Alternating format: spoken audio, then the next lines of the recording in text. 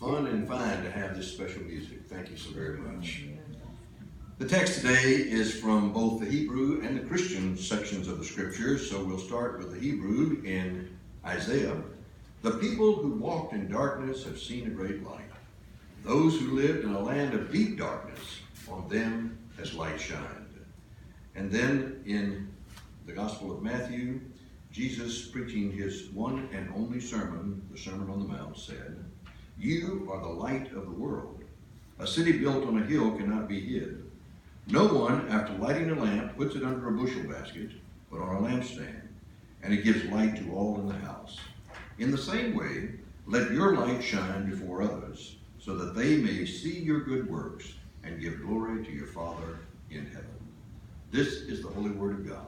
All of creation speaks God's holy word, and the Scriptures focus and define that for us. May these words find resonance in our own hearts and spirit as we open ourselves to the ancient wisdom that they point us to.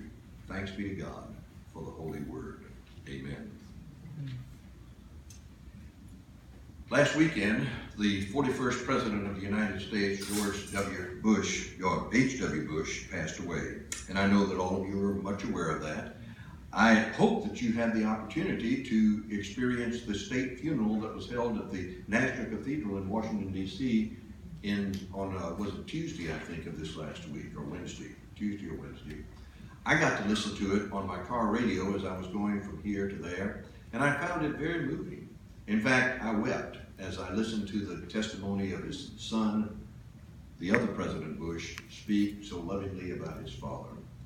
George H.W. Bush, he is remembered for a number of things, as all presidents are, but perhaps nothing more famously than what he said in New Orleans at the convention that nominated him to be its candidate for the White House. You remember, he said, "They will push me, and I will say, no new taxes.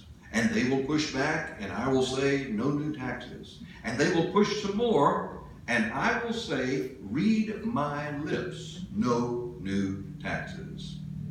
It was a phrase that came back to haunt him, and it probably cost him a second term, because he had to raise taxes in order to do the right thing for the economy.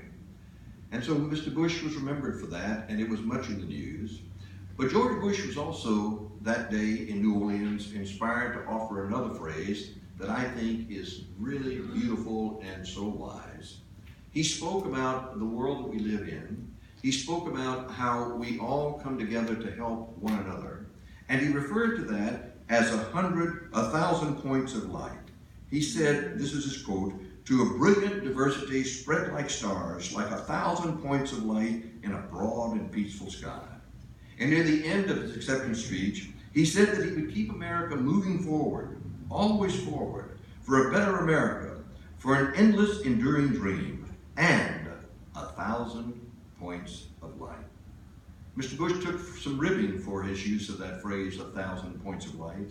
It was a kind of dreamy phrase, but since that time, do you know there is now 1,000 Points of Light Foundation established, and that it is doing work literally around the world?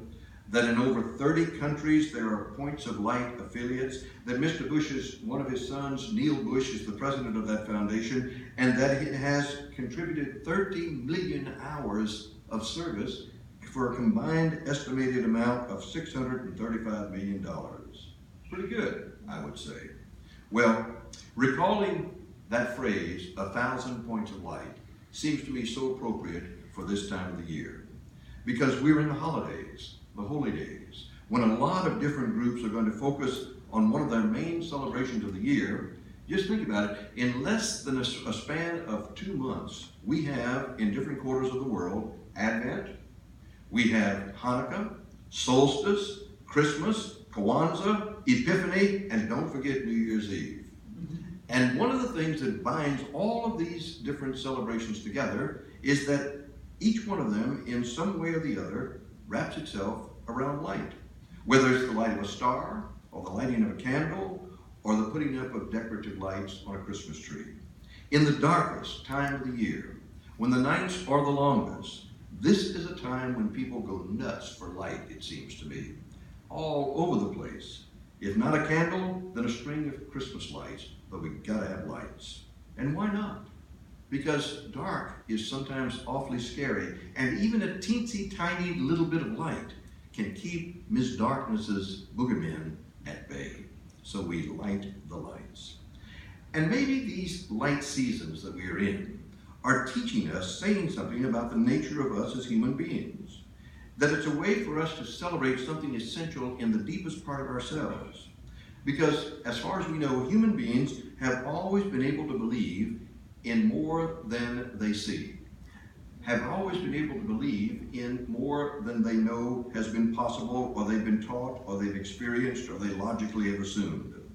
Every December, lots of people in Western culture celebrate miracles. Miracles. You just think about it. Jews celebrate Hanukkah as they remember the miracle of an oil lamp that burned for 8 days on less oil than it takes to saute an anchovy.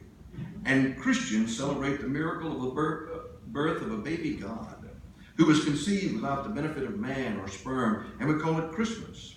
And this is the time of the year when we pass through the longest night. December the 21st will be the winter solstice, the longest night of the year. And we call it the solstice, and there are people who will be celebrating that. If you want a good opportunity to celebrate the solstice, I invite you to go down to our friends at the Unitarian Church over on Goodwood Boulevard. They do it up big, and it really is a wonderful experience to share in. And then folks of the African heritage will celebrate the miracle of home and love and community. They call it Kwanzaa. And just about everybody celebrates the miracle of a new year, the turning of the calendar, and the possibilities that that serves up. And Christians will celebrate Epiphany as they follow 3 pagan astrologers, stargazers, who were looking for the one that they thought would be the King of the Jews, but turned out to be a tiny baby named Jesus. This is the time of the year for celebrating miracles. And what are those miracles all about? Well, maybe each and one of these unexplained and unexplainable phenomena holds up a wise and ancient finger and points to the stars and to the galaxies and to the oceans and to the rivers and to the jet stream and the Gulf Stream, to our hearts, to our DNA, to love. Maybe each of these ancient miracles is here to be celebrated as a reminder that you and I and all of us are part of one ancient magical miracle story. A grand and gory story, a glorious and ghastly story, a story of crushing pathos and irresistible joy, a story of blunder and wonder, each moment, each movement of it, magically miraculous and marvelous. So maybe, just maybe, the point of all this holiday activity is to remind us that we are all acts of God. We are all unexplained phenomena, if you will. With Advent, Hanukkah, solstice, Christmas, Kwanzaa, New Year, Epiphany, we realize once again that every last one of us is an oily, home-loving, star-following, light-shining miracle, living and breathing. In this season of lights, hope gets born again in the human heart. At a level deeper than our consciousness, we begin to perform rituals of decorating and stringing lights so that we can connect once more to the holy mystery of love and let that love grow in our lives. That's what Christmas is all about, I believe. Somewhere along the way in our lives, usually around the age of 9 or 10, we go through a rather traumatic and painful demythologization about Christmas, right? It's around that age that we come to realize there really is no such thing as a fat guy who likes red, who owns a special herd of reindeer who can fly, who makes it around the entire world in a single night and drops presents off for every boy and girl everywhere. We come to terms with that and we say, ain't real. It's a fairy tale. It just doesn't work. But we don't give up on the spirit of Christmas. That's another matter. We're never too old for that. And in fact, I think every one of us has a deep need to freshen that spirit at least once a year. So when Christmas rolls around, what do? We festoon our houses with lights, we decorate trees, and put them inside the house. Now, is that not wild? Inside the house, we got trees. We stumble down to a church to light a candle on Christmas Eve and sing Silent Night, Holy Night. An ancient ritual of magic and miracle, of love being born in fresh new ways, in a world that is literally dying for that love to feed its soul. The world needs these holidays. these holy days, which bring light, thousands of points of light. It's at Christmas that we're more generous and do more kind things for fellow human beings than at any other time of the year. Christmas brings folks out to ring bells for the Salvation Army, to collect money so it can go to feed hungry people. Christmas is a time when somebody will take a child's name off of a Christmas tree and go and buy a gift for a child they'll never meet, just in the hope that that child will have a blessed Christmas morning. Hungry people who are not thought about all year long get food prepared for them at Christmas. And families who struggle with enough food to eat get boxes of food delivered on their doorsteps in this season. Homeless folks get new pairs of socks and toiletries. And people who never write letters at all sent out cards to folks they don't contact at any other time of the year, just to say, Merry Christmas. It's the annual ritual of helping us act like we all belong here on this earth, and that in some deep, mysterious way, we are really all connected. And we want for one another peace and goodwill. Christmas, you see, is the season that lets the world look like we wish it looked like all year long. I was listening last night to what has come to be the replacement of the Prayer Home Companion on public radio, live from here.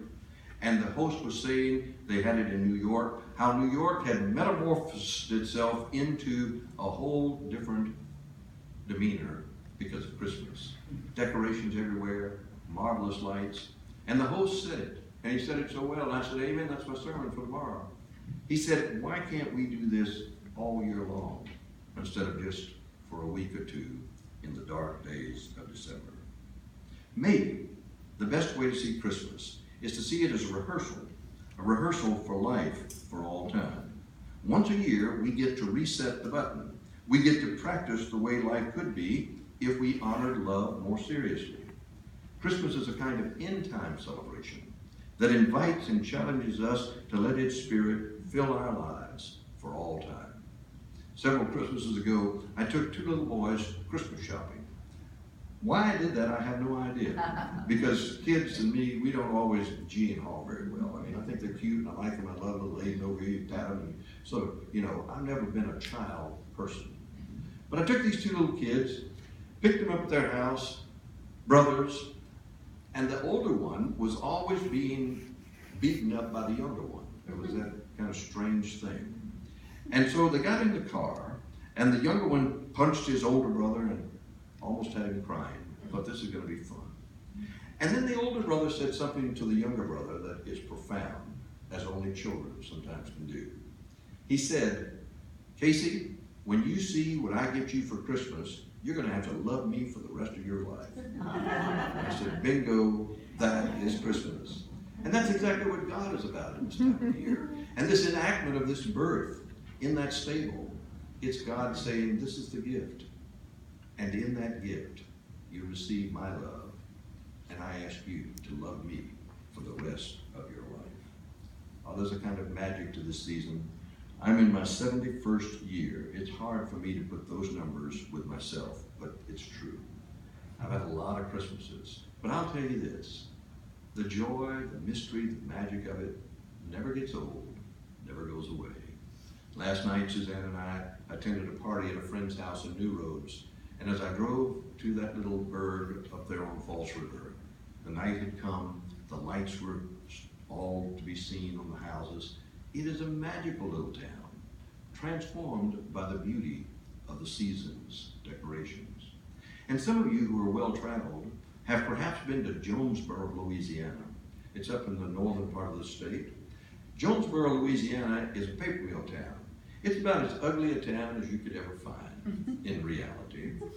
And it's sort of a sad little town because more people are leaving than are coming, and the things are sort of shrinking, and where there was once a vibrant business district, there are a lot of empty stores and storefronts, vacated. But if you were to go to Jonesboro, Louisiana in this season of the year, you would be charmed by the magic, because somehow that little town manages to put together a light display that'll knock your socks off. White lights that bathe the town. Drive through it at night, you'll think it's the most beautiful place you've ever been in your life. It's like going through a living diamond. And not far from Jonesboro, Louisiana, there is another little town, a little larger, called Natchitoches, Louisiana.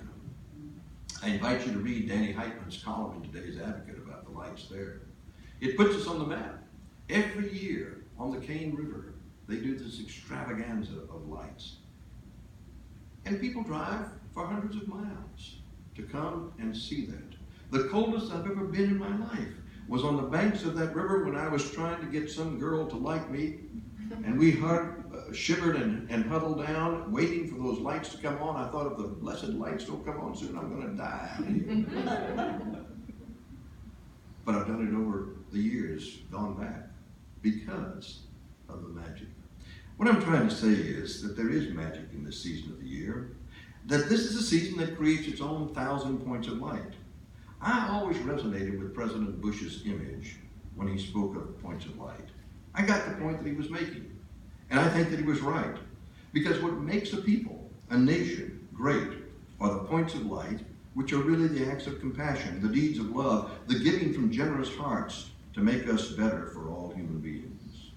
This is the light that we so desperately need in the darkness of our anger and our fear and our alienation. Many Christmases ago, at a Christmas Eve service in that big church that I was working in downtown, we were getting ready to light the candles and sing Silent Night, Holy Night. Now, I tell you, that's a magical moment. And there are people who never darken the door of the church but for that one evening so they can do just that. Mm-hmm. And so we tried to set it up, and we tried to make it as meaningful as it possibly could be. We wanted the sanctuary to have kind of silence to it, like we do here when we do our morning meditation. Wanted there to be a stillness, and then to kind of punctuate that stillness with the lighting of the candles that would then spread the glow throughout that big sanctuary. It was ready. We were right. It was going to be a beautiful, magical moment. And a kid sitting on the front row of the church pulled out a Bic lighter and flicked that thing and lit his own candle. And I could have strangled him because he destroyed the moment. People giggled and laughed. But the more I think about what he did, the more I understand what he was pointing us to. Come on, he was saying, let's get the lights going. Darkness is no fun. We've lived long enough there. Let's light some lights, and let's make a way for love and compassion in this world. I think one of the ways that we can honor President Bush and pay homage to what he has done for life and to make life better for so many would be to seek to be places where we could be light, to seek places where light is needed and be that light. What kindness needs to be offered to somebody that you know, that you can name in your mind right now? What act of mercy could really make another person's world glow with the soft light of love? Will you be a point of light that can show the world that love is real and that love works? Because love does work. It really, really does. It's not for nothing that we begin every service here by the lighting of a light. Take it with you into the world through acts of love and compassion. The people who sat in darkness have seen a great light. Let your light shine, that they may see your good works. Amen.